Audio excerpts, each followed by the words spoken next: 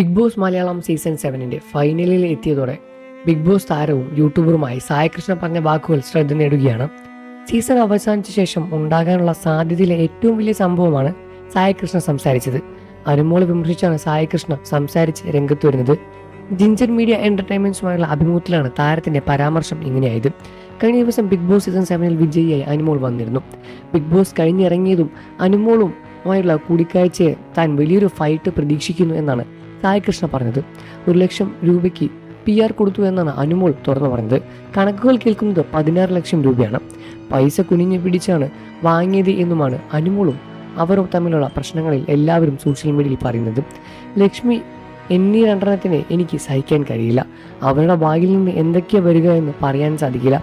ചിലപ്പോൾ ഞാൻ പേടിച്ചോടും, അല്ലെങ്കിൽ എൻ്റെ വായിൽ നിന്ന് എന്തെങ്കിലും വന്നു പോകും. ഈ രണ്ടു പേരുടെയും പ്രകൃതമായുള്ള എൻ്റെ അകന്നു നിൽക്കുന്നതാണ് എല്ലാവർക്കും നല്ലത്.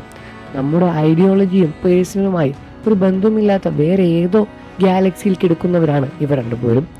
അവരുമായി കണക്ട് ആവണമെങ്കിൽ ഭയങ്കരമായ പാടാണെന്നും സായികൃഷ്ണ പറയുന്നു.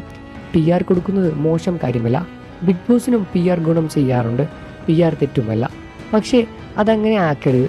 ആ മത്സരാർത്ഥികൾക്ക് വേണ്ടിയുള്ള പണി മാത്രം എടുക്കുക, അല്ലാതെ ബാക്കിയുള്ള മത്സരാർത്ഥികൾക്കും അവരുടെ വീട്ടുകാർക്കും അടിച്ചമർത്തിക്കൊണ്ടായിരിക്കരുത് അനുമോൾ ചെയ്ത പോലെ PR വർക്ക് ചെയ്യേണ്ടത്.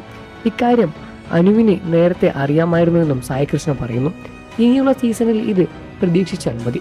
എന്നാൽ സീസണിൽ നിന്നും പുറത്തിറങ്ങിയ അനുമോൾക്ക് ഇനി വലിയ രൂപത്തിലുള്ള പ്രശ്നങ്ങളാണ് നേരിടാനിരിക്കുന്നത് എന്നും സായികൃഷ്ണ പറയുന്നു.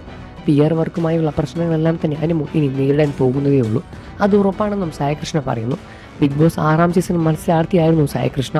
വൈൽഡ് കാർഡ് എൻട്രിയായാണ് സായികൃഷ്ണ ബിഗ് ബോസിലേക്ക് എത്തിയത്. സായികൃഷ്ണയുടെ എൻട്രിയിൽ പ്രതീക്ഷിച്ച വലിയൊരു പ്രതീക്ഷ തന്നെയായിരുന്നു ഉണ്ടായിരുന്നത്. എന്നാൽ പ്രതീക്ഷിച്ചവർക്ക് ഗെയിം വന്നില്ല. ഇതിനെക്കുറിച്ച് സായികൃഷ്ണ സംസാരിച്ചിട്ടുമുണ്ട്. ഞാൻ ഗെയിം കളിച്ചപ്പോൾ പലരും എന്നെ കുറ്റപ്പെടുത്തി. നീ എന്ത് ഗെയിമാണ് കളിക്കുന്നത് എന്ന് ബിഗ് ബോസ് വരെ എന്നോട് ചോദിച്ചു. ഞാൻ പിന്നെ ബിഗ് ബോസ് പറയുന്ന ഗെയിം കളിക്കാനാണോ പോയത്? അല്ല, അവരൊരു ഗെയിം ഇടും, അത് പൊളിക്കണം. ഞാൻ അങ്ങനെയാണ് കളിച്ചത്, അല്ലാതെ ഒപ്പമുള്ള മത്സരത്തിലൊരു ഗെയിം കളിക്കാൻ പോയിട്ടല്ല. എന്നെ വിന്നറാകണമെന്ന് ഞാൻ ആഗ്രഹിച്ചിട്ടുമില്ല. ജിൻഡു എന്ന വന്മന നിൽക്കുന്നത് ഒരു സൈഡിൽ ജാസ്മിനും ഒരു സൈഡിൽ അർജുനും പണിപ്പെട്ടിയെടുക്കണമെന്നാണ് ഞാൻ കരുതിയത്. വിന്നറും പെട്ടിയെടുത്ത് എല്ലാം സീസണിലും ചർച്ചയാകും. ഫിനാൻഷ്യലി ലാഭമാകും അത്. അങ്ങനെയാണ് മണി ബിഗ് ബോസിലെത്തുന്നത് എന്നും സായികൃഷ്ണ തുറന്നു പറയുന്നു. അനുമോളുടെ അവസ്ഥ ഇനി വളരെയധികം മോശമായിരിക്കുമെന്നും അനുമോൾ ഇനി പുറത്ത് നേരിടാനിരിക്കുന്ന കാര്യങ്ങളെപ്പറ്റിയും സായികൃഷ്ണ തുറന്നു പറയുകയാണ്. നിങ്ങൾക്ക് അനുമോൾ ഇഷ്ടമാണെന്ന കാര്യം വീഡിയോയ്ക്ക് താഴെ കമൻറ്റ് ചെയ്ത് പറയുക. വാർത്തകളും വിശേഷവും എത്രയും പെട്ടെന്ന് അറിയാൻ നമ്മുടെ വീഡിയോ ലൈക്ക് ചെയ്ത് ചാനൽ ഇപ്പോൾ തന്നെ സബ്സ്ക്രൈബ് ചെയ്ത് സപ്പോർട്ട് ചെയ്യണേ ഫ്രണ്ട്സ്.